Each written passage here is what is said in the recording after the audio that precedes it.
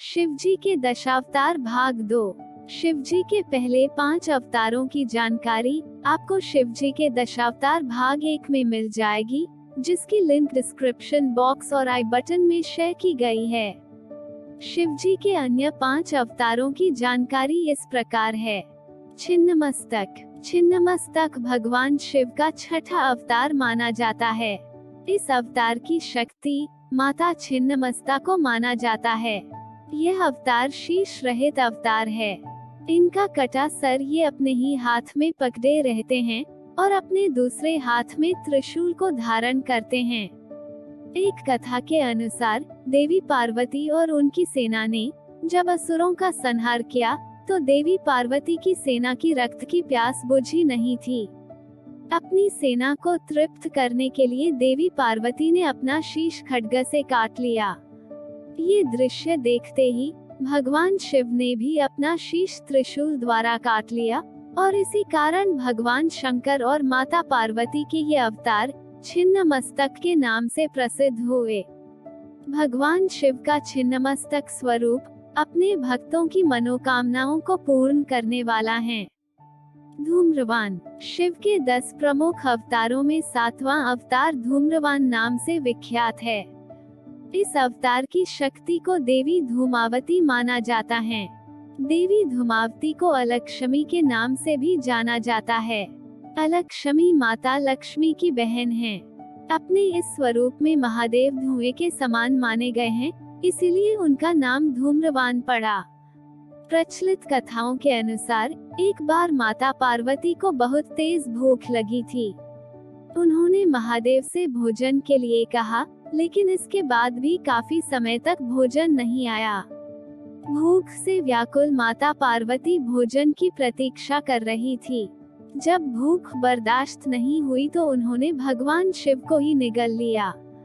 ऐसा करते ही उनके शरीर से धुआं निकलने लगा, जिसके बाद भगवान शिव उनके पेट से बाहर आ गए और कहा, तुमने अपने पति को ही निगल लिया, इसलिए अब से तुम विधवा स्वरूप में रहोगी। तुम धूमावती के नाम से प्रसिद्ध रहोगी। साथ ही भगवान शिव ने ये भी वरदान दिया कि जो भी कोई व्यक्ति मां पार्वती के इस स्वरूप की पूजा करेगा उसकी सभी मनोकामनाएं पूरी होगी। धूमावती मंदिर मध्य प्रदेश के दतिया जिले में स्थित प्रसिद्ध शक्तिपीठ पीताम्बरा पीठ के प्रांगण में स्थित है।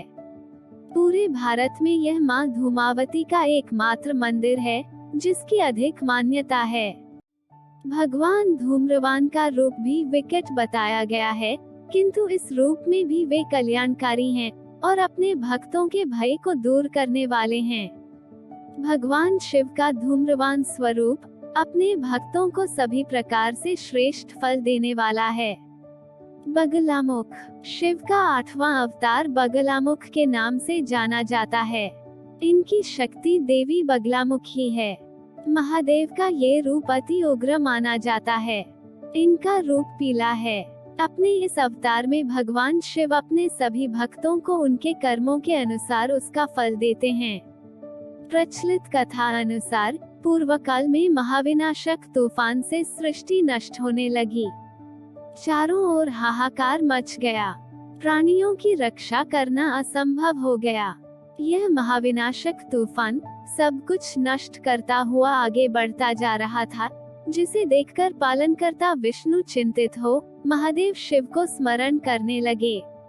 शिव ने कहा कि शक्ति के अतिरिक्त अन्य कोई इस विनाश को रोक नहीं सकता, अतः आप शक्ति का ध्यान करें। विष्णु जी ने महात्रिपुरा सुंदरी को ध्यान द्वारा प्रसन्न किया। देवी विष्णु जी की साधना से प्रसन्न होकर सौराष्ट्र क्षेत्र की हरिद्रा झील में जल क्रीड़ा करती हुई प्रकट हुई और अपनी शक्ति के द्वारा उस महाविनाशक तूफान को स्तंभित कर विष्णु जी को इच्छित वर दिया। तब जाकर सृष्टि का विनाश रुका।